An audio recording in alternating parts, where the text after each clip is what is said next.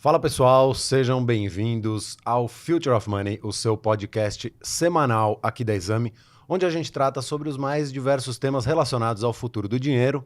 Eu sou o Gabriel Rubinstein, editor do site Future of Money. Hoje eu tenho dois convidados ilustres para a gente discutir esse momento do mercado cripto que, se você acompanha, você já deve estar até meio zonzo, e se você não acompanha, você já deve estar sabendo aí de algumas notícias relacionadas em especial ao Bitcoin.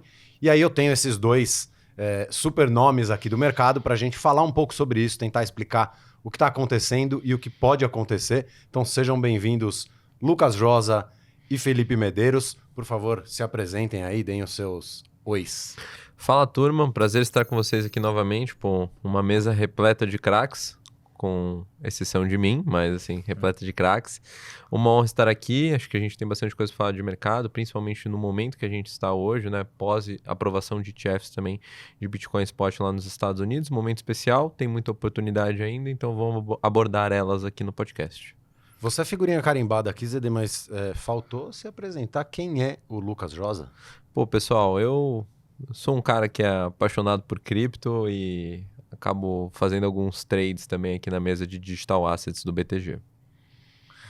Pessoal, prazer estar aqui com vocês. O Gabriel não vai precisar de pedir para eu me apresentar. Eu não sou da casa, mas estou voltando ao Future of Money. É o segundo podcast que eu participo aqui.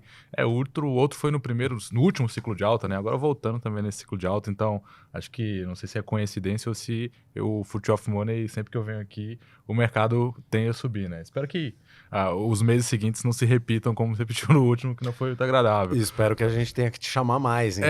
Espero que daqui a 6 meses eu volte com um novo topo do Bitcoin, novas máximas. Mas meu nome é Felipe Medeiros, eu sou analista de criptoativos há 4, 5 anos já no mercado e não faço trade tão bem quanto o ZD, e não sou tão humilde quanto o ZD, mas é um prazer estar aqui com vocês e bora falar que o mercado acho que tem muita coisa para falar. Tem bastante coisa acontecendo ao mesmo tempo, ETF, mercado nas máximas, a galera falando de Alt-Season, Solana, Ethereum, muita coisa legal pra gente discutir aqui. Eu só queria fazer um adendo antes de você continuar, Gabriel, que a primeira vez que a gente recebeu o Medeiros aqui, poucas pessoas vão lembrar talvez disso, mas foi 2 meses antes de Terra Luna quebrar, e o podcast foi realmente assim, 50 minutos só descendo a lenha na Luna e falando que o protocolo ia quebrar, e 2 meses depois, quebrou. Então, acho que alguma coisa, pelo menos, a gente sabe, né, Verdade, Gabriel? aquele podcast foi apocalíptico, né? A gente prevendo que Terra Luna não ia durar muito. Tem até um corte do podcast que eu falo, Terra Luna não é um problema só para Terra Luna, é um problema para Terra Luna e para cripto de uma forma geral. E um beco sem saída numa areia movediça. Eu lembro disso porque eu falei isso umas 20 vezes, assim, é um negócio que não tem como se livrar mais. E aconteceu o que aconteceu, né? Mas hoje a gente não tem uma nova Terra Luna ainda, então não vai precisar ficar preso em algo assim. É isso. Mas acho que o objetivo é esse, né? Eu também espero que a gente não faça aqui uma previsão apocalíptica, mas que a gente consiga ajudar Pelo amor de Deus, não. os nossos ouvintes e telespectadores a entender o que pode acontecer aí pela frente e tomar as melhores decisões aí em relação aos investimentos e perspectivas de cada um. Mas dando um passo atrás, até para a gente contextualizar até o porquê dessa conversa e porquê esse papo de mercado nesse momento, né? A gente começou 2024 com um movimento de alta muito forte. No início do ano ainda, a perspectiva de lançamento dos ETFs de Bitcoin do mercado à vista nos Estados Unidos. E logo depois, a aguardada aprovação desses ETFs ali em meados de janeiro, que de fato fez o que era esperado, né? Gerou um fluxo de compra muito grande, né? Essas gestoras como a Fidelity e a BlackRock, duas aí das titãs aí do mercado financeiro nos Estados Unidos, lançando seus ETFs, trouxeram muito fluxo comprador, o que fez o mercado subir e subir rápido e levou o Bitcoin a novas máximas, né? Mas também gerou aí um ruído, porque a gente está em ano de halving. A última vez até que o ZD teve aqui no podcast, no final de 2023, a gente fazia uma previsão aí para 2024.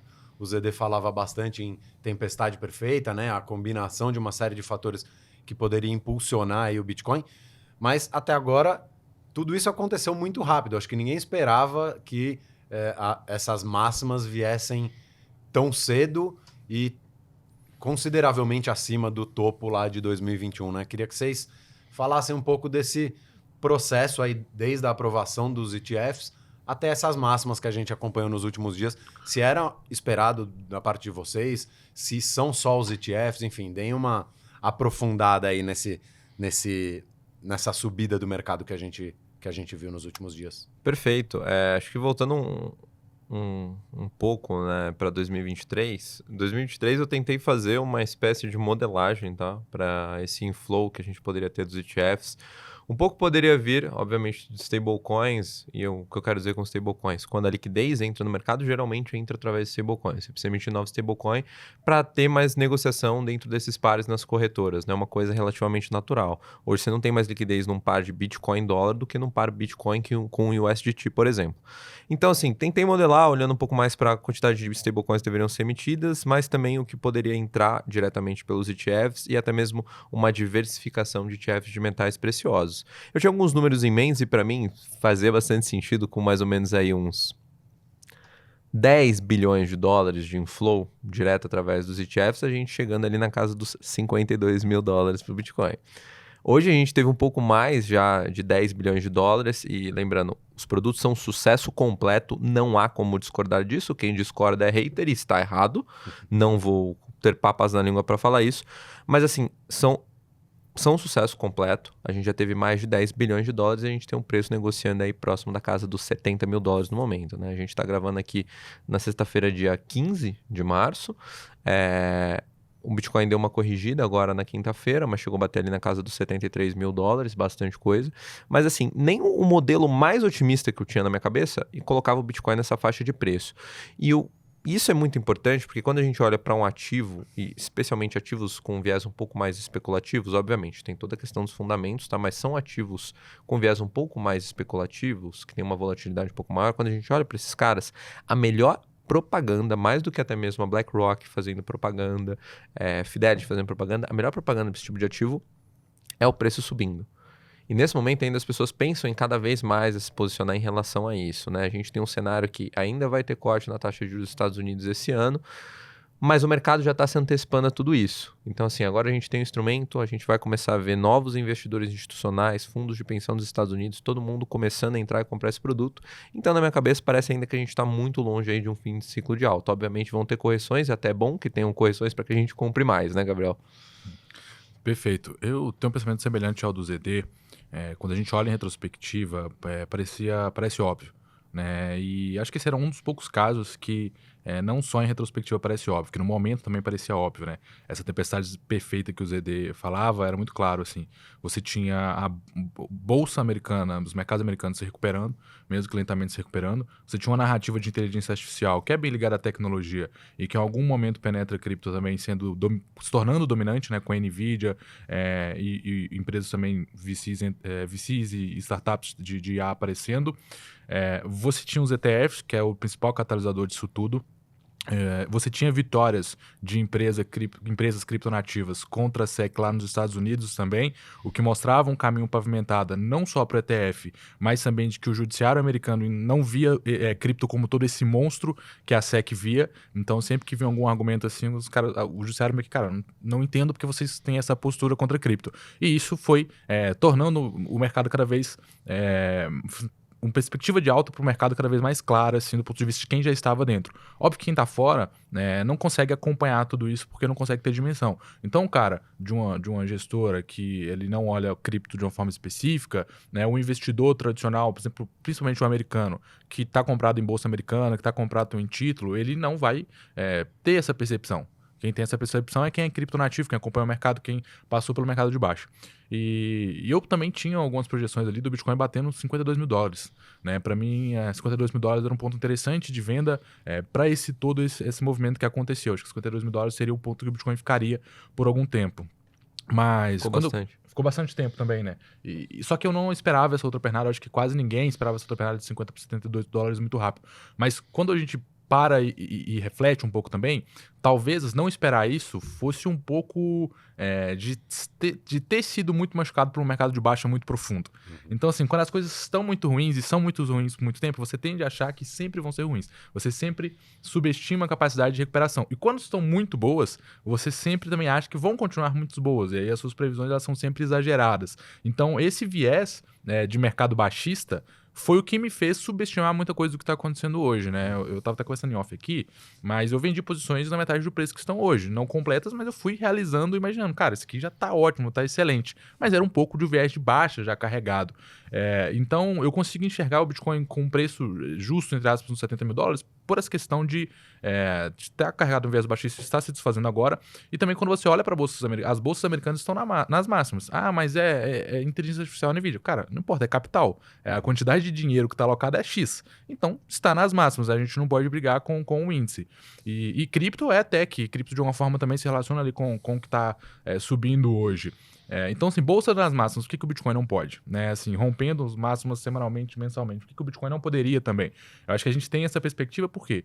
Porque a gente estava com viés muito baixista já de um mercado que veio se arrastando por muito tempo lá embaixo. Mas esse pessimismo, Medeiros, ele também pode ser visto aí como uma casca grossa de quem está no mercado há bastante tempo e passa aí pela montanha-russa que a gente já viu algumas vezes, né? Inclusive o último ciclo de alta, que foi seguido por um ciclo de baixa super intenso e preocupante. Muita gente nova nesse mercado acaba se desesperando.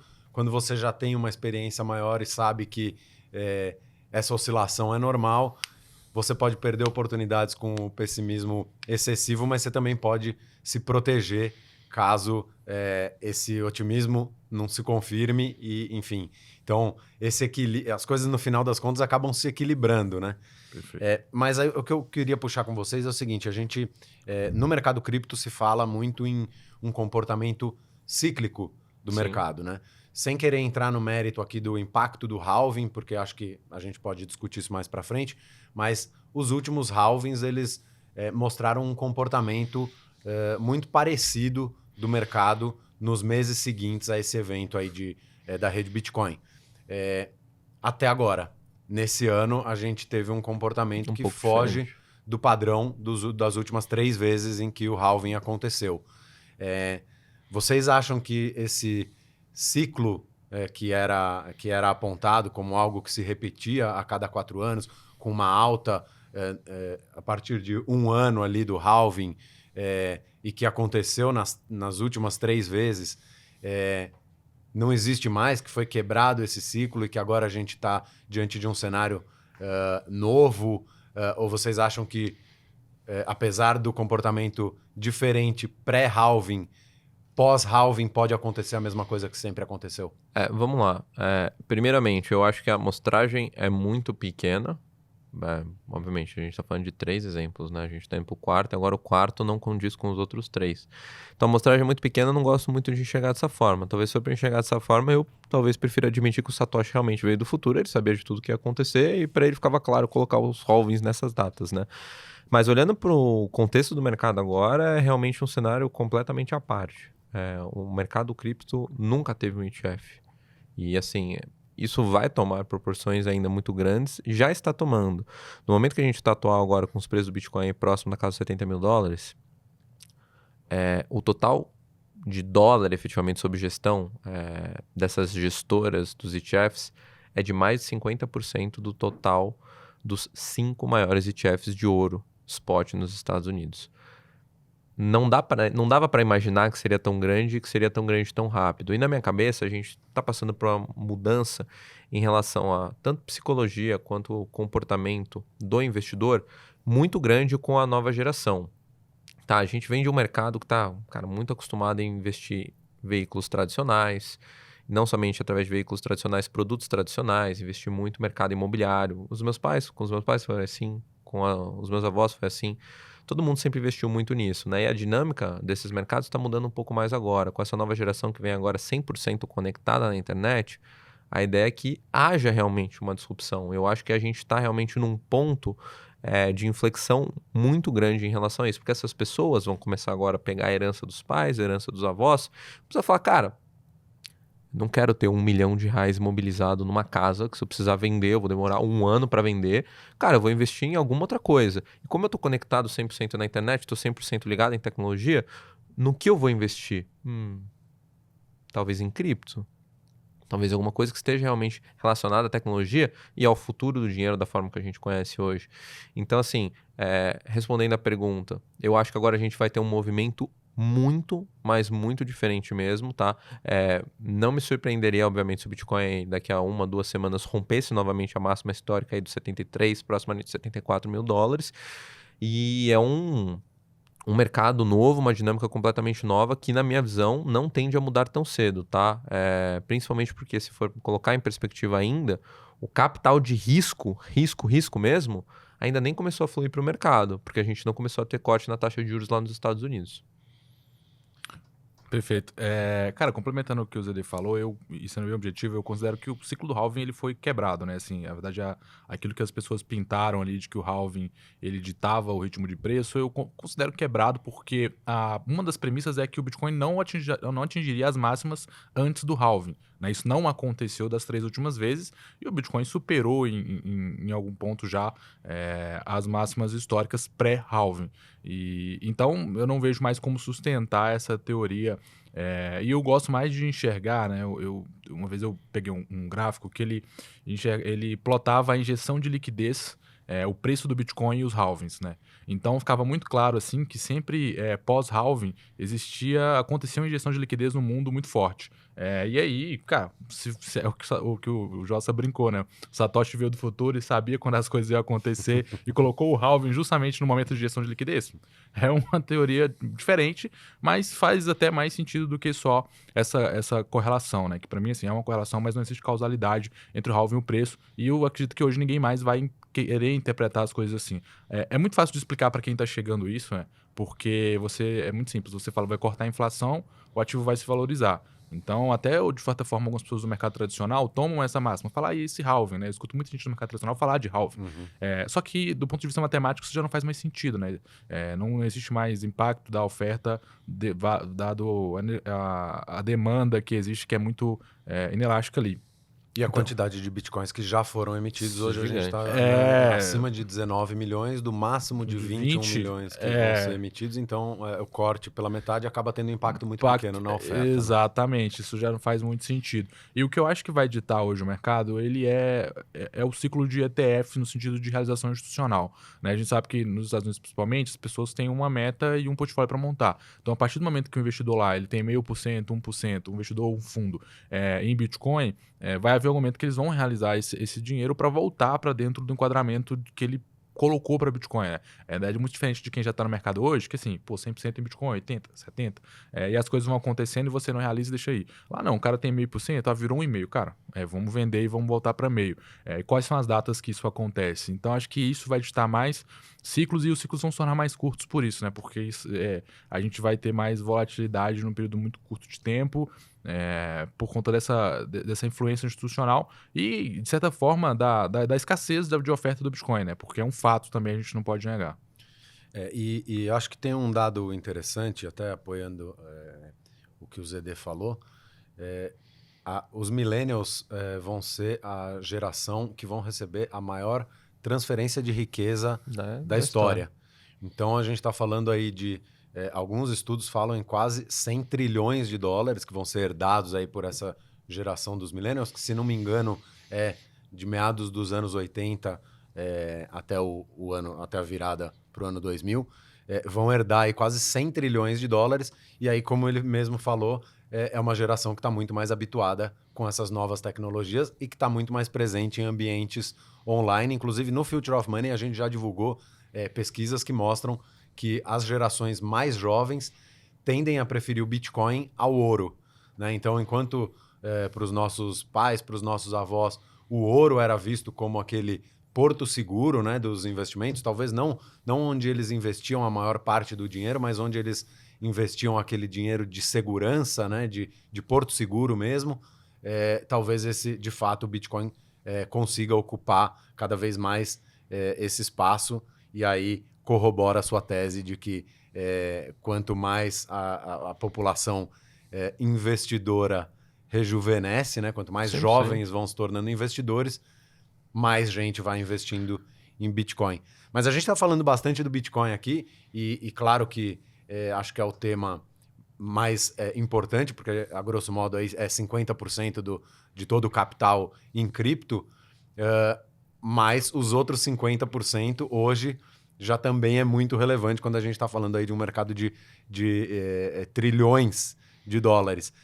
A alta do Bitcoin acaba influenciando no mercado como um todo, puxando um monte de outras criptomoedas, abrindo oportunidades em várias outras frentes. Então a gente tem tanto infraestrutura quanto memes, né? Para a gente citar dois extremos, e todas essas criptomoedas subindo muito em 2024. Né? Queria que vocês falassem um pouco sobre as famosas altcoins e os setores aí que têm chamado a atenção de vocês no mercado. Cara, eu gostei muito que você falou dessa parte de memes. Eu acho que casa muito também com o que a gente falou em relação à mudança comportamental e perfil de investidor, tá? Isso é realmente um espelho de que o perfil de investidor está mudando.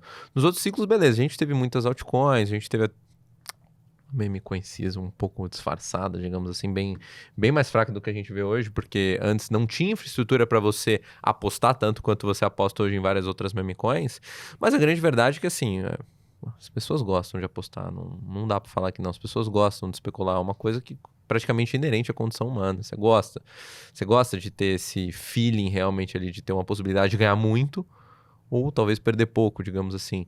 E no fim do dia, isso acaba trazendo e chamando bastante atenção para que novas pessoas acabem ingressando nesse ecossistema. A gente viu muito disso também acontecendo diretamente com o mercado de apostas, mas agora vindo um pouco mais no mercado do cripto, porque você tem praticamente a mesma facilidade. Hoje é muito fácil você baixar uma carteira no seu celular, depositar 100, 200 reais e começar em redes que tem uma taxa de transação mais barata, como por exemplo a Solana, e apostando em várias outras meme coins ou até mesmo altcoins com uma capitalização de mercado muito pequena.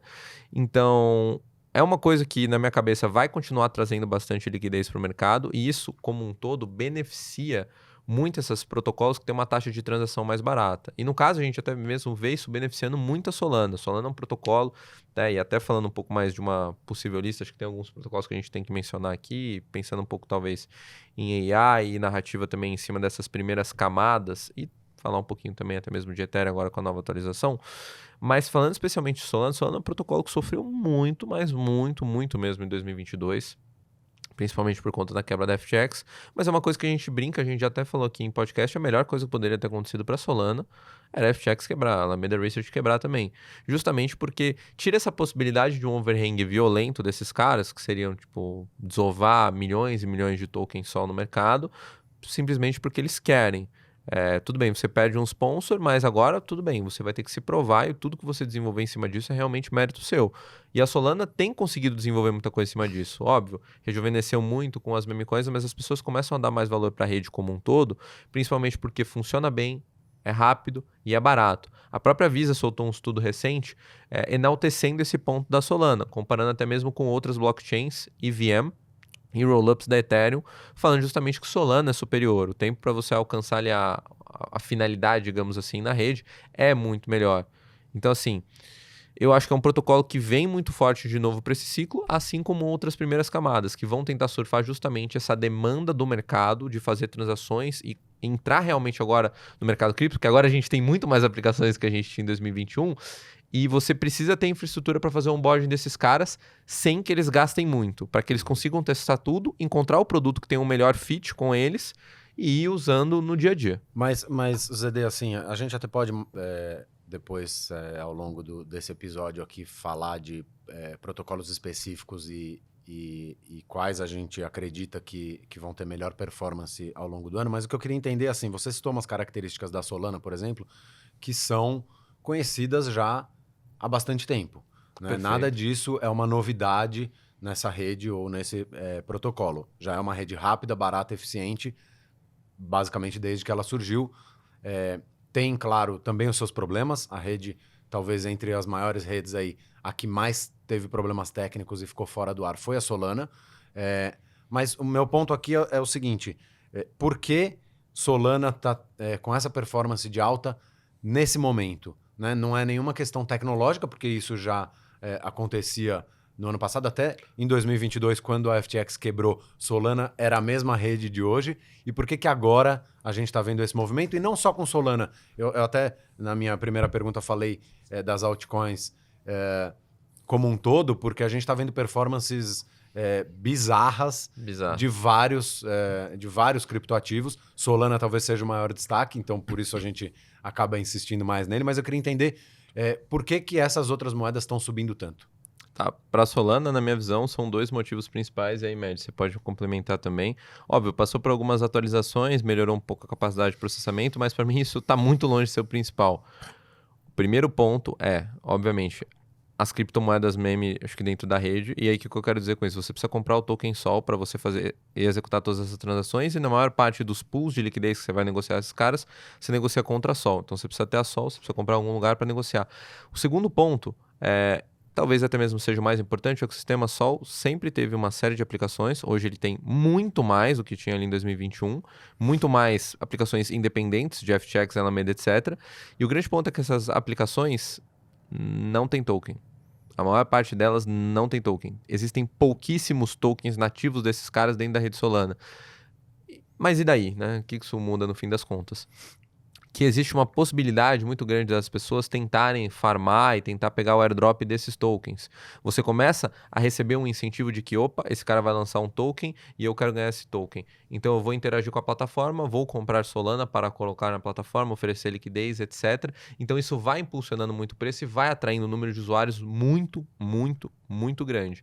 Querendo ou não, acho que se isso continuar da forma que está, a gente vai muito provavelmente ver a Solana aí atingindo novas máximas em breve. Mas fala aí, Médici, compartilha a opinião. Assim, eu tenho uma teoria sobre altcoins, sobre o mercado do cripto de uma forma geral, né? Acho que o Bitcoin está caminhando ali para ser uma reserva de valor, é um tema que a gente não mistura com o resto do mercado. Mas eu tenho uma teoria sobre altcoins que ele é um jogo 100% especulativo, tá? Muito pouco é sobre a tecnologia. Assim, na prática, os tokens são formas de startups conseguirem liquidez de meio facilitado, assim. Você não precisa passar por todo o processo que uma startup americana passa, e como você tem o meio comum ali de blockchain, algumas coisas que nem precisariam estar na blockchain, realmente as pessoas falam que tentam criar uma maquiagem ali para quê? Para poder ter essa facilidade de arrecadar fundos sem precisar de um processo mais rígido.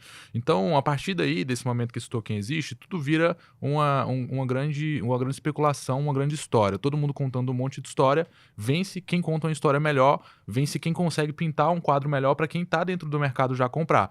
Para essa galera nova que está ganhando dinheiro agora, que se aconselha pelo TikTok, vi aqui o negócio do TikTok, eu vou comprar. Vi aqui no Twitter, vou comprar. Então é sempre um monte de gente contando história, e qual história é mais crível? Qual promessa de tech é mais crível? E eu tenho muito isso. E algumas outros gatilhos, outras coisas que acontecem dentro do mercado que fazem com que as coisas subam. Por exemplo, Solana é um tese muito específico para mim. Por que Solana hoje está $180? Porque chegou em 9. Só porque chegou em 9 que Solana conseguiu chegar em 180.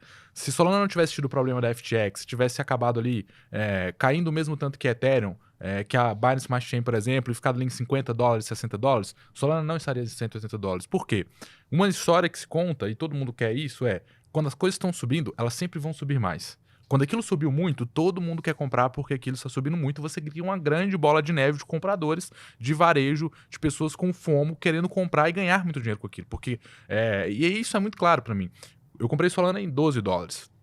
E quando eu vendi em 18 uma parte disso, muita gente queria comprar, porque saiu de 9 para 12, para 18 muito rápido, aí foi para 24 muito rápido. E quanto mais subia, mais pessoas procuravam. Cara, vale a pena comprar Solana? Porque tá subindo muito. E nada mais estava subindo, só Solana. Então todo mundo queria comprar só Solana. E o mercado, ele é assim, é a mesma lógica de uma meme coin. Por que uma meme coin sobe e as coisas chegam ali em 50 bi, 60 bi de market cap, como foi Doge no último ciclo? Porque todo mundo segue a lógica daquilo. Se está subindo muito, eu vou comprar porque está subindo muito. Então Solana tem uma boa parte disso, né? Porque a questão de tecnologia, de melhoria, de infraestrutura, de aprimoramento da própria blockchain, toda coisa que aconteceu lá dentro, aconteceu no Ethereum, aconteceu nas outras redes, até mesmo antes do token subir, a Solana já tinha criado algumas soluções, e de verdade, ninguém liga para isso quando a gente está falando de preço de token, né? Por isso que eu penso assim, quem está entrando em cripto tem que entender que depois do Bitcoin, tudo que você vai comprar, falando em altcoins, é um jogo de especulação. né? Você tem que estar atento muito àquilo, de como que aquilo é jogado. Tá muito mais próximo de um jogo do que de um investimento. Eu acho que, assim, Solana talvez está saindo disso agora porque conseguiu criar alguns produtos que são interessantes, como o Zé falou, a Visa fazendo testes, a Shopify colocando o Solana Pay, que é um produto muito bom. O Solana Phone também é um produto que, no meu ponto de vista, vai funcionar bastante para atrair usuários e criar derrubar uma barreira de entrada que é o computador. Cara, eu tenho 3 telefones. E se eu não tivesse computador, eu sobreviveria. Mas se meus telefones acabassem, cara, eu não funcionaria. Eu já fiquei muito tempo sem computador, mas nunca fiquei sem telefone. E hoje todo mundo tem um telefone onde você carrega. Então, toda interação que você faz hoje, o app do seu banco é no celular. Você pede comida no iFood pelo celular. Então, assim, quantas horas você gasta no seu celular? Se você pegar aí o medidor de tempo gasto, é uma coisa... Preocupante. É preocupante, é absurdo. Então, assim, blockchain, assim, Web3, né, todo esse conceito que a gente tem de descentralização, ela precisa entender que as pessoas interagem hoje, se conectam hoje via mobile, não se conectam via home. Então, Solana dá um passo nesse sentido. Então eu vejo Solana se consolidando também como Bitcoin, Ether e Solana ali, 3 ativos que já a tecnologia importa a partir de aqui, mas ela ainda não reflete os preços, né? Assim, os preços eles estão mais a esse momento especulativo. Então, se eu fosse, por exemplo, ter uma carteira aqui, cara, quero cripto, eu quero me expor a essa tese, Bitcoin, Ethereum, Solana e todo o resto ali você já precisa entender que você está partindo tomando um risco que ele não é de tecnologia, ele é de especulativo. E é curioso isso, porque muito se fala sobre a tecnologia e acho que, de fato, a gente tem propostas e soluções e infraestruturas que são muito interessantes. A Solana, a Ethereum são 2 exemplos disso, mas a maioria das pessoas, inclusive que tem esses 2 tokens, o Ether e Sol, sequer usam a rede, né? Elas compram o token, guardam e veem aquilo como um investimento, mesmo que seja um investimento especulativo, mas elas não utilizam essa solução que é proposta, né? Então, eu concordo aí com você que acho que a gente tem que tomar cuidado até com esse discurso, porque, no final das contas, é muito mais sobre oferta e procura do que, de fato, a solução. Acho que, claro, a solução é importante, talvez isso gere aí uma narrativa que dê início a esses movimentos ou que justifique os movimentos, mas, no fim, o que sustenta essas altas, o que provoca esses movimentos mais agudos, são as pessoas que estão especulando e que deixam a tecnologia em segundo plano, né? Até porque Ethereum mesmo não tem nem como usar, né, bicho? Pô, fazer um swap na Uniswap, você vai gastar $120. É inacreditável. Eu gosto dele falar isso, quem está nos assistindo agora tá vendo um momento histórico aqui, porque a gente já teve embates nessa mesa, né, do ZD defendendo a rede Ethereum contra a minha defesa ao Bitcoin, e a gente tá aí numa quebra de paradigma, porque vocês estão vendo que tá começando a mudar. Mas a galera tá pulando do barco da Ethereum, assim, só que eu acho que isso é impaciência com preço. Sabe, eu sendo bem sincero, assim, eu também não gosto, eu não uso Ethereum, assim, eu não sou usuário da Ethereum, não tenho paciência também, e não tenho dinheiro também para pagar uma taxa que não é mentira essas taxas que vocês estão falando. E também não uso a rede do Bitcoin, pelo mesmo motivo, assim, eu não quero esperar, cara, o Pix é instantâneo. Entendeu? Por que eu vou usar isso aqui? Não faz o menor sentido. Você vai entrar no app da Mint aqui para você comprar uma cripto, isso vai demorar 10 segundos. Por que eu vou esperar 2 horas para uma transação na rede do Bitcoin ou vou pagar $100 de taxa para uma transação? Não faz o menor sentido. Assim. A tecnologia ela tem que trazer benefícios. Em todas as tecnologias que funcionaram até hoje, que prosperaram até hoje, elas prosperaram porque trouxeram benefícios para a humanidade. Né? Elas reduziram custo, aumentaram produtividade, eliminaram intermediários. Isso sempre funcionou. Se só faz parte disso, né, o Bitcoin, por exemplo, ele elimina intermediário, ele traz benefícios, mas o contra disso é que ele aumenta custos. Né? Então, assim, isso tem que ser bem balanceado. Assim, a Ethereum é a mesma coisa. Tem aplicações que são boas, mas e o custo disso, né, é muito alto. As pessoas não estão dispostas a pagar esse custo. Então, eu tenho essa perspectiva de que a gente tem esse lado da Ethereum que a gente fica chateado e esperava que nesse momento de desenvolvimento, depois de 7 anos de desenvolvimento, as coisas estariam melhores. O Bitcoin não, porque o Bitcoin não é essa proposta, o Bitcoin não quer ser mais rápido, não quer isso. Mas não querer ter Ethereum agora, ou a crítica mais forte, um tom mais alto de crítica, ela é uma impaciência com preço. Por quê? Porque você olha para Solana sobe 100% todo mês, 50%, 30%, e Ethereum não. Então você olha e fala assim, cara, isso é uma merda. eu não quero isso aqui não presta, isso aqui não vale nada, mas é porque o preço não subiu, então você tá enviesado por isso. E é o meu caso também, eu tô considerando vender Ethereum e subindo tô contra porque eu tô impaciente com o preço.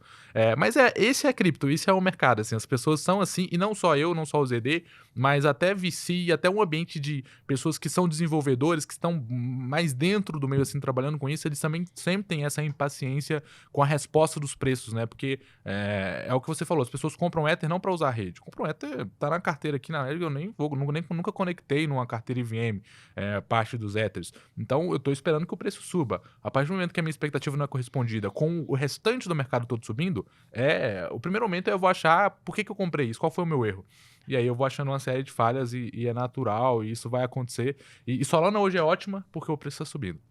Se Solana tivesse em $40 e o Bitcoin em $72.000, a gente ia falar, não, a Solana é uma porcaria. Caiu aqui, ó, mês passado deu pau de novo, você viu? Entendeu? Mas a gente tem uma situação curiosa ainda no mercado cripto que o Bitcoin ele se diferencia dos demais ativos, porque talvez ele seja o único que conquistou essa posição de reserva de valor.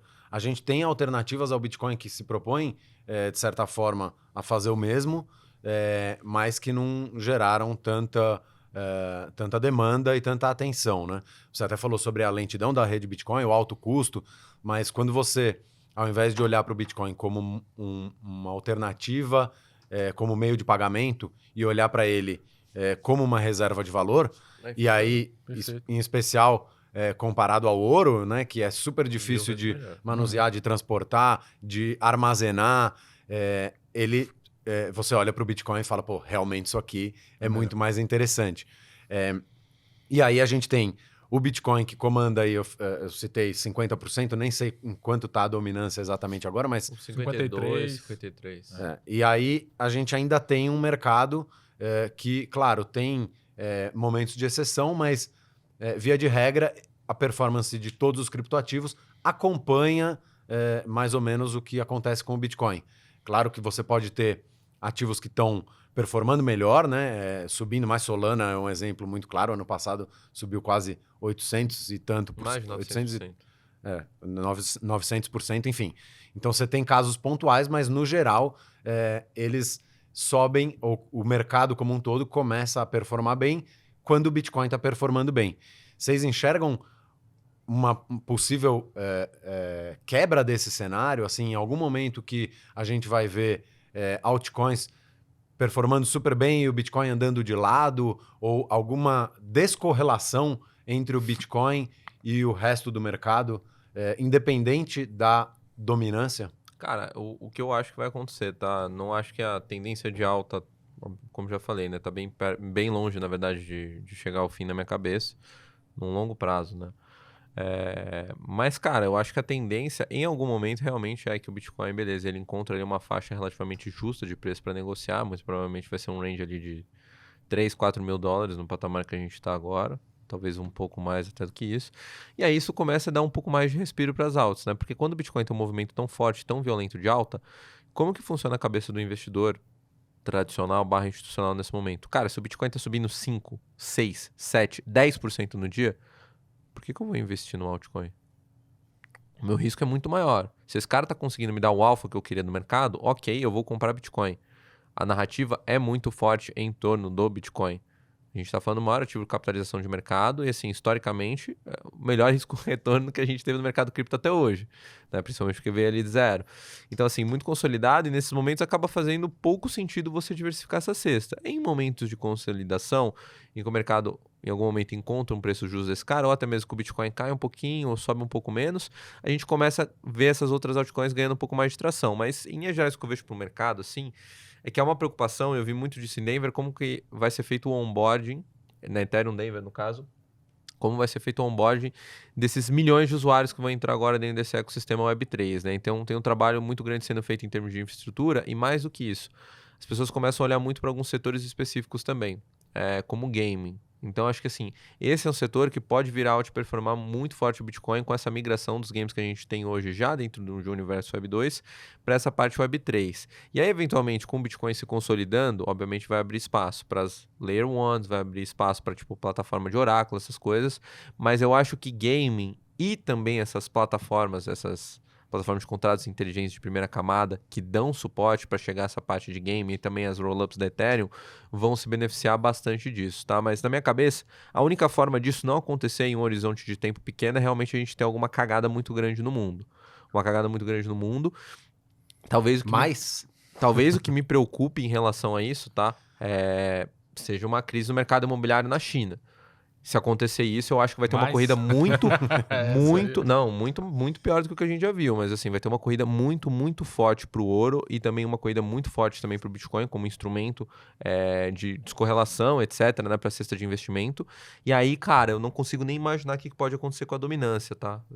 Pode explodir facilmente isso aí pra 60%, 65%. Ô Medeiros, para você eu queria reformular minha pergunta aqui. A gente vai ver algum momento em que o restante do mercado vai ter teses consolidadas como tem o Bitcoin? E até baseado no que você falou aí agora há pouco sobre a questão de especulação versus solução e tecnologia, em algum momento a gente vai ver diminuindo esse movimento especulativo por movimentos que de fato vão se basear nas soluções e que as pessoas vão estar investindo mais em outros ativos porque eles entregam um produto, uma solução, uma tecnologia inovadora?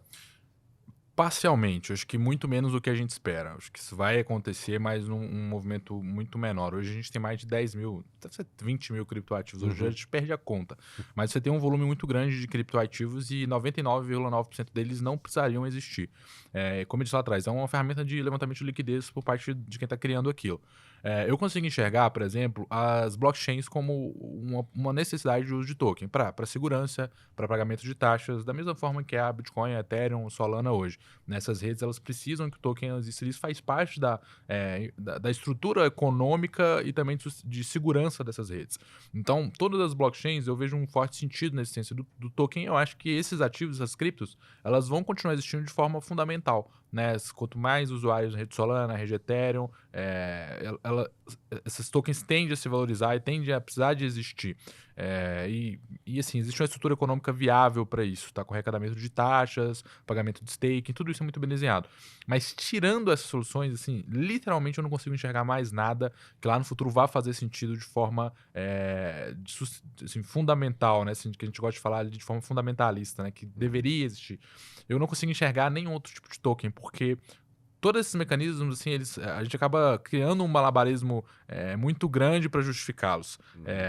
Assim, a minha premissa deleta todos os tokens agora. Continuaria funcionando esse protocolo DeFi, por exemplo? Continuariam no swap. Né? Uma Aave, um protocolo de lending, um protocolo de trocas descentralizadas, continuaria funcionando sem token? Perfeitamente. E se a gente fizer esse exercício, ele vai... As L2, a rede Ethereum também, continuariam funcionando sem os tokens existirem. Então, a partir do princípio que esse exercício mental foi feito e a resposta continuaria existindo, se você deletasse todos os Ethereums, a Ethereum acabava. No primeiro momento, assim, a rede parava de funcionar, a Solana parava de funcionar. Então, eu sempre faço esse exercício. Se a resposta é sim, eu falo, esse token não vai prosperar. Aí, assim, eles vão continuar existindo, vão continuar com um certo volume, subindo, caindo, ciclo pós ciclo, talvez marcando fundos mais altos do que o último, ou seja, passando a valer cada vez mais, mas completamente baseado ali numa especulação. E em algum momento em que deu algo muito errado no mundo, mais do que já vem dando hoje, a gente pode ver essas coisas caírem 98% de novo. Em relação a isso, cara, eu acho que talvez a única explicação para a maior parte desses tokens, principalmente quando a gente pensa em token de empresa, digamos assim, como Uniswap, como uma corretora, tem dois pontos que esses caras podem prosperar mais, né? O primeiro é começar a distribuir parte das receitas obtidas com o próprio protocolo com os usuários, né? Em um esquema relativamente parecido com o que a gente tem hoje de distribuição de dividendos para as empresas. E mais que isso, né? Assim, a gente tem, obviamente, ficar bem claro que empresas tradicionais começam a ter cada vez mais interesse pelo mundo Web3. E aí, às vezes, é difícil, né? Você comprar diretamente essa companhia, comprar diretamente aí uma Uniswap inteira como um todo. Mas assim, você pode comprar uma boa parte, um poder gigantesco na governança deles através do token, né? Então, assim, token pode ter um pouco mais sentido por esses lados, mas hoje tem pouca aplicação prática para a maioria desses caras realmente. Nisso eu tenho que concordar com o Medeiros. E agora falando um pouco mais de futuro. Quando o ZD veio aqui a última vez e falou sobre a tempestade perfeita que poderia acontecer em 2024, né, falando do Bitcoin, essa análise dele incluía a aprovação. Naquela época era possível a aprovação dos ETFs do mercado à vista, a redução das taxas de juros nos Estados Unidos, o halving, que apesar de não ter um impacto, como você comentou agora há pouco, ele tem uma narrativa forte, né? As pessoas acreditam, isso acaba também fazendo preço indiretamente. E agora, algumas dessas coisas já aconteceram, outras estão para acontecer, como o corte nas taxas de juros e o próprio halving. Só que a gente já atingiu novas máximas. Queria que vocês falassem aí rapidinho o que vocês enxergam para os próximos meses em relação a preço, o que o investidor pode esperar em relação a comportamento do mercado. Depois, nas 2 vezes que o Bitcoin bateu a máxima esse ano, foram seguidos de umas correções fortes, né, de ali até quedas de até 10%. A gente acabou de ver uma nessa semana. Mas o que vocês esperam para as próximas semanas, para os próximos meses ou até para o final do ano? Higher. Então eu acho que os preços vão estar mais altos, assim, cara, pensando uma perspectiva daqui para o final do ano. Eu acho que o mercado realmente vai passar por essas correções, é natural e é bom que passe. Por que é bom? Porque limpa boa parte da alavancagem, né? A gente teve o que aconteceu ali em 2008, com toda aquela parte dos CDS nos Estados Unidos, né? E a grande bolha imobiliária que aconteceu nos Estados Unidos. Por quê? Porque em tese era tudo muito seguro, produtos com pouca volatilidade, produtos que assim, renda fixa, tudo ali controladinho, cara, eu sei quanto que vai valer esse título, etc. E qual que é o ponto desses investimentos? Você tem uma curva de volatilidade assim, e todo mundo vai se alavancando em cima disso. Por quê? Porque tem pouca volatilidade, né? Beleza, você vai ter um retorno seguro, então você pode se alavancar o máximo que der em cima disso. Primeiro spike de volatilidade liquida todo mundo. E qual que é o ponto? Aí quando você limpa todo mundo, você limpa essa alavancagem, você tem um mercado mais saudável. Então é natural e é bom com o mercado cripto, beleza. Vai subindo, a turma começa realmente, como ele falou, o FOMO, e aquela ideia de querer comprar porque vai subir mais, pô, caiu, liquidou uma galera, tudo bem, ok. Agora tem um cenário de novo para voltar, é como se fosse um reset. Esses resets vão acontecer. O grande ponto é sempre você se preparar para comprar esses resets quando eles acontecerem. Não vou dizer também para você ficar comprando literalmente todas as quedas, mas assim, Bitcoin hoje, sei lá, tá negociando a casa de $68 mil. Você quer entrar pensando, beleza, eu tô falando que o preço vai subir, não necessariamente compra tudo agora de uma vez. Compra agora uma parte, coloca ali um resto ali com algumas ordens a 10, 12% abaixo do preço, espera para você tentar pegar essas correções, principalmente nesse momento que a gente chama de flush, né, que tem esse deleverage, digamos assim, que você limpa a alavancagem.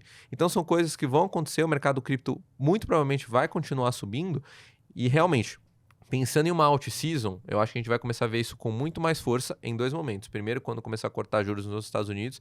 E segundo, quando a gente tiver o resultado da eleição também no país. E se eventualmente o Trump for eleito. Não fazendo propaganda política, pelo amor de Deus, nada bem longe disso. Mas ele é um cara que comprovadamente, nos últimos meses e também nos últimos anos, sempre se posicionou como uma pessoa pró-cripto.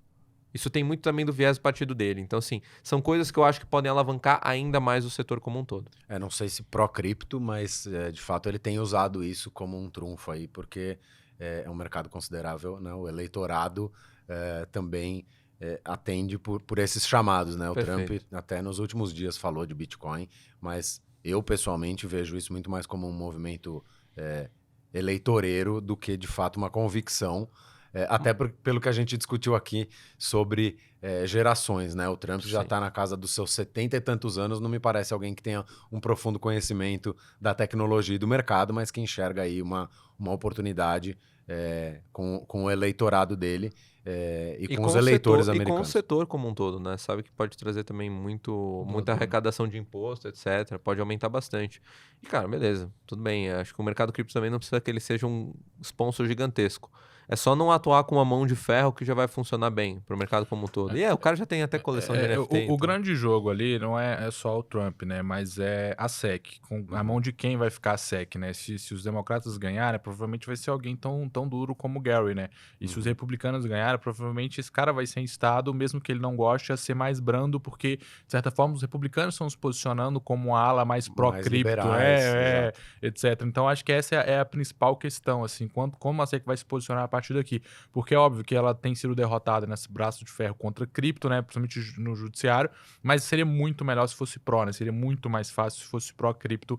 As coisas fluiriam melhor, não só para o preço dos tokens, mas para a indústria de uma forma mais objetiva lá nos Estados Unidos, né? Se desenvolver, a conseguir arrecadação, a conseguir também financiamento. Então, isso tudo acho que é o que está em jogo agora. E a gente, nesses últimos dias aí, nessas últimas semanas, com esse movimento de alta no mercado, tem visto bastante gente, inclusive de Wall Street, fazendo previsões aí sobre o preço. A própria Cathie Wood, da ARK Invest, que é uma figura super conhecida e reconhecida em Wall Street e que é investidora de cripto, já teve o fundo dela já teve exposição muito grande em ações da Coinbase. E também GBTC e acho que THE também da E ela recentemente fez uma previsão de Bitcoin valendo mais de $1 milhão até 2030. E a gente tem visto várias outras, talvez não citando aí a marca de $1 milhão, mas valores muito acima do preço atual. E num período relativamente curto, a gente falar de 2030, são aí 6 anos, e a previsão dela seria de quase 15 vezes o preço atual. Queria que vocês falassem, não uma previsão, porque não quero...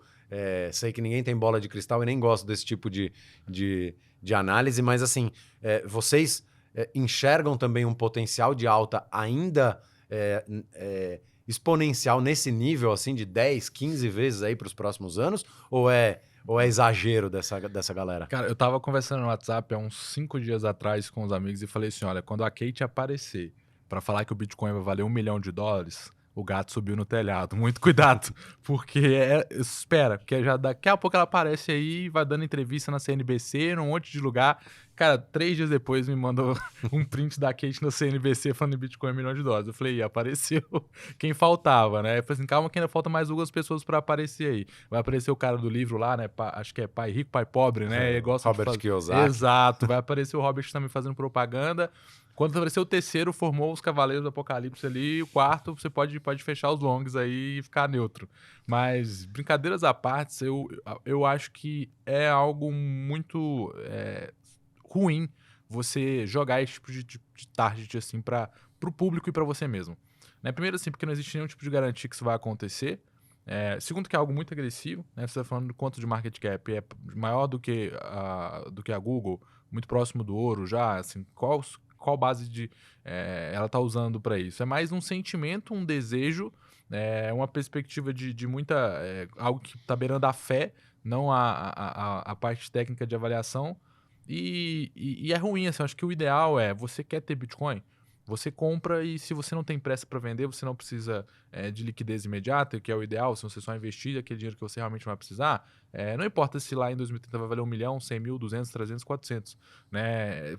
Continua sendo um bom ativo para você guardar, né? Porque por todas as razões que a gente já falou aqui, de reserva de valor, de ser melhor que o ouro, de ter tido no ETF agora, a Joy Street está animado com isso. Então continua sendo um bom ativo, independente se chega a 1 milhão ou não.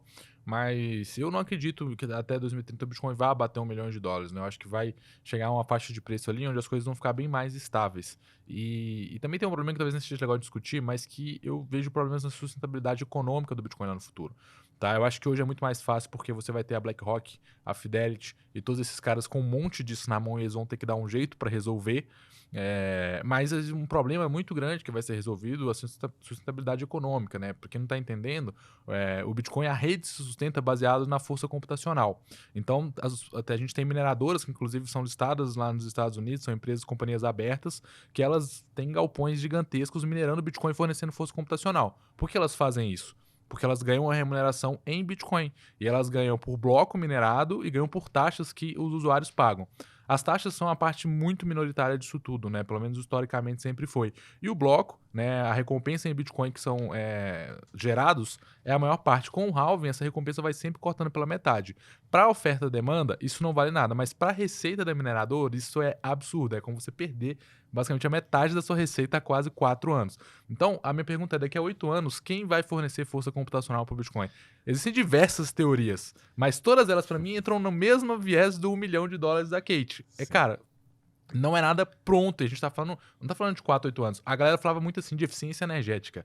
Mas o mundo não tá andando pra frente nesse quesito, o mundo tá andando pra trás, né? Cada vez é mais petróleo e essas coisas, assim. Eu não sou otimista também com energia alternativa e nem das soluções que incluem energia pro Bitcoin. Então eu tenho muito essa preocupação também. A grosso modo, se o preço do Bitcoin não dobrar a cada 4 anos, essa conta para as mineradoras vai ficando sempre no vermelho. E não necessariamente precisa nem dobrar, tá? Se der mais alguma cagada, tipo, por exemplo, que a gente teve com Rússia e Ucrânia. Se acontece alguma coisa assim ali no Oriente Médio, realmente... Você tem um custo de energia também, Exato. né? Não, eu tô falando assim, essa é a conta de padeiro, grosso, né? Porque você ainda tem que incluir troca de equipamentos, né? Manutenção dos equipamentos, o custo da eletricidade que pode também flutuar. Então, o Bitcoin precisa mais do que dobrar para garantir a sustentabilidade e a sobrevivência das mineradoras. Sem as mineradoras, não tem poder computacional e a rede passa a ser vulnerável e, enfim, uma série de outros problemas. Mas só levantando uma teoria aqui, porque esse é um assunto que eu também fico muito curioso e é muito difícil de prever. Mas caso as grandes mineradoras enfrentassem esse problema e não fossem mais viáveis, a gente não voltaria para um momento onde é possível minerar na sua casa e aí o custo é muito mais baixo e você recebe uma remuneração que ela é muito menor, mas que para uma pessoa deixando ali o seu computador caseiro funcionando é uma fonte de renda significativa e que pode manter a rede sustentável com uma mineração pulverizada e não como é hoje com esses grandes galpões e empresas bilionárias. Vocês não acham que isso é um cenário possível? Quer falar, Zé Duque? Cara, o cenário é até possível, mas começa a extinguir os mineradores para você ver se realmente todo mundo vai começar a ligar o computador de casa. É um cenário que a gente só conseguiria realmente falar se é possível ou não se acontecer na prática. Se a gente começar a ver realmente essa mudança comportamental também, ok. Se a gente não conseguir ver isso... Talvez não era ok. Eu acho que talvez a gente até poderia gravar um podcast só realmente pra falar dessas polêmicas vazias, assim, em relação ao Bitcoin. Porque, cara, até pensando... Vazias eu nem não. acho que essa polêmica é vazia, Vazias cara. Eu não, acho que essa é uma polêmica discussão importantíssima. Não, cara, eu digo vazias porque eu acho que é uma coisa que é pra você começar a se preocupar daqui a 10, 12 anos. Eu não acho que é uma coisa que a gente chega no ponto cara, eu acho que, assim, daqui a 4 anos isso já vai estar... Porque o cara, assim, vai ter esse halving agora. Daqui a 4 anos sem outro halving. O cara já vai bater água na bunda dele. Ele já vai falar alguma coisa que precisa ser feita urgente, porque eu tô operacionalmente no vermelho a partir de hoje. A não ser que a profecia da Cathie Wood se confirme, o que eu acho improvável. Mas sobre, assim, isso se virar algo pro varejo, assim, pro indivíduo que apoia o Bitcoin fazer, eu acho que é possível, mas é improvável, pelo motivo da eficiência. Tá? Quanto de energia isso ia demandar hoje? Muito mais do que com a mineradora, porque existe... E o custo da energia no varejo também é muito mais caro. É muito mais caro. Existe uma eficiência energética que a mineradora alcança que eu não consigo alcançar. Então a gente está falando de muito mais energia, então são muito mais, é um poder computacional que ele vai ser ali menos otimizado. Então a gente está falando de muita gente mesmo. E eu não sei até quanto isso vai... essa troca, né? Essa passada de mãos, ela vai conseguir acontecer de uma maneira linear para que a rede não fique em nenhum momento vulnerável. Porque eu entendo que essa é uma mudança abrupta, né? Vai acontecer de um dia para o outro, as coisas já não vão funcionar mais e os caras vão simplesmente desligar o minerador. E o minerador é business. Ele não se preocupa com o futuro do Bitcoin, com a ideologia, se aquilo é bom, quem tem Bitcoin não tem. Muitas mineradoras, inclusive, quando o Bitcoin estava nas mínimas, os caras desligaram as máquinas porque falaram, simplesmente não dá, é prejuízo toda hora que essa máquina tá ligada aqui. Então, a partir do momento que isso começar a ser inviável, o cara vai desligar a máquina instantaneamente. Então, assim, eu tenho essa impressão de que em algum momento a gente vai passar por essa crise de identidade. E eu acho que a solução mais fácil de acontecer para mim é uma solução corporativa, né? Essas empresas gerarem soluções computacionais para que o Bitcoin consiga sobreviver, né? Ou seja, com as próprias gestoras hoje que possuem boa parte das empresas do mundo no seu portfólio, um grande consórcio ali do sistema americano financiando de alguma forma a força computacional do Bitcoin, não talvez com dinheiro público, mas com consórcio privado, para que aquilo continue existindo. Eu acho que é, para mim, a saída mais viável hoje. E assim, acho que é importante a gente reforçar aqui que não é uma previsão apocalíptica. Eu acho que novas tecnologias, elas sempre têm que se reinventar. Sim. E os problemas fazem parte, né? Quem não, da minha geração não se lembra do bug do milênio, que era visto ali no 1998, 99, que se esperava para a virada do ano 2000 uma catástrofe, que era o início ali da digitalização, o começo da internet, e que poderia ser um grande problema técnico para tudo que tivesse no ambiente digital, e que no fim foi resolvido e não causou problema nenhum. Sim. Então, assim, eu concordo com você, e acho que esse é um tema que até vale se aprofundar, porque é interessante mesmo, e acho que precisa ser discutido até que para se chegar numa solução e num caminho que mantenha as coisas funcionando bem, né? E eu acho que assim, só fazendo aqui o último ponto, que eu acho que a gente também já tá estourando aí o nosso tempo pro podcast. Esse cenário pode ficar até pior com uma coisa que hoje é um promotor de preço, que são os ETFs. Vamos supor assim, a gente sabe que tem mais ou menos 30% de todos os bitcoins foram perdidos, tá? Isso é um consenso no mercado, 30% perdidos. Coloca aí 30% dentro dos ETFs, quem sobra para transacionar dentro da rede? Como vai ficar a receita do minerador? Ela vai caindo cada vez mais. Então, assim, é complicado, mas assim, de novo, eu acho que vale um episódio somente para essas polêmicas, viu, Mistai? E, bom, o ZD tá com saudade da época que ele era um membro oficial da bancada, já tá até controlando o tempo, mas realmente nessa ele tem razão que a gente tá estourando, mas eu quero fazer uma última e bem rápido, assim. Para quem não tá muito acostumado com o mercado, investe pouco ou não acompanha assim no dia a dia, esse momento que nós estamos, de máximas históricas e pequenas correções, é um bom momento para entrar? Para quem ainda não tem cripto, mas está vendo essas altas acontecendo, esse otimismo no mercado, é uma boa hora para entrar? Ou vocês acham que é preciso esperar um momento de baixa? Deixem aí suas dicas e considerações finais para quem está querendo investir em cripto agora. Os melhores momentos sempre são os momentos mais apocalípticos do mercado, né? Só que quando o mercado está muito apocalíptico, você sempre acha que vai cair mais. Então, no fim do dia, você vai acabar não entrando. Então, o meu recado não tente acertar realmente ali o melhor ponto possível. Tipo, vai comprando aos poucos, vai fazendo um DCA, né? Vai melhorando seu preço médio, caiu, compra um pouco mais. Não precisa comprar tudo de uma vez. O mercado cripto ainda vai subir bastante, ainda tem espaço para todo mundo ganhar dinheiro aqui. Então vai com calma, só não deixa de fazer parte, né? Senão você acaba ficando de fora da brincadeira.